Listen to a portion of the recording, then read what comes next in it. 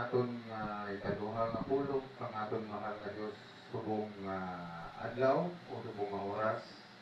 Salmo kapitulo 49 bersikulo 1 tugtog sa katapusan.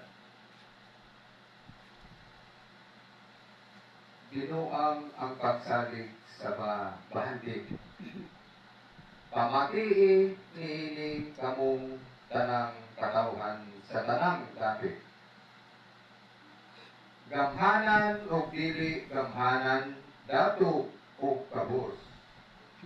Isulti ko ang maalamong mga pulong o pinahayag ko sa tinaw gayon ang akong hunahuna. Paminawon ko ang panultihon o isaysay ko ang kahulugan niini samtang magtugtog ako sa alpa. Dili ako malisang panahon sa katalagman, bisag libutan ako sa mga kaaway, sa mga taong nagsalig sa ilang bahandig, o nang hambog sa ilang kadato. Ang tao dili gayon makalukat sa iyang kaugalingon, dili niya mapalit sa Dios ang iyang kinabuhi. Kay mahal man kaayo ang kinabuhi sa tao.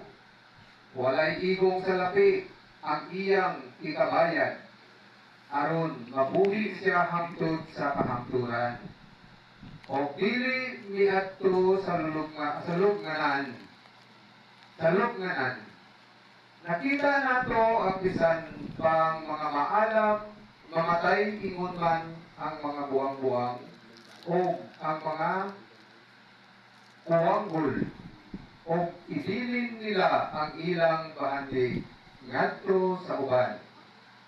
Ang lubnganan mao nay ilang paluyanan sa dayon o magpabilin sila dito sa walay katapusan. Bisan pagkanhi may kaugalingon silang yuta. Ang pagkainila sa tao dili gayon makapugong sa iyang kamatayon. Mamatay gayon siya sama sa mga mananap. Tanawa ang mihitabo niadtong nagsalig sa ilang kaugalingon o ang dangatan niadtong nagsalig sa ilang bahandig. Mga matay sila sama sa mga karnero o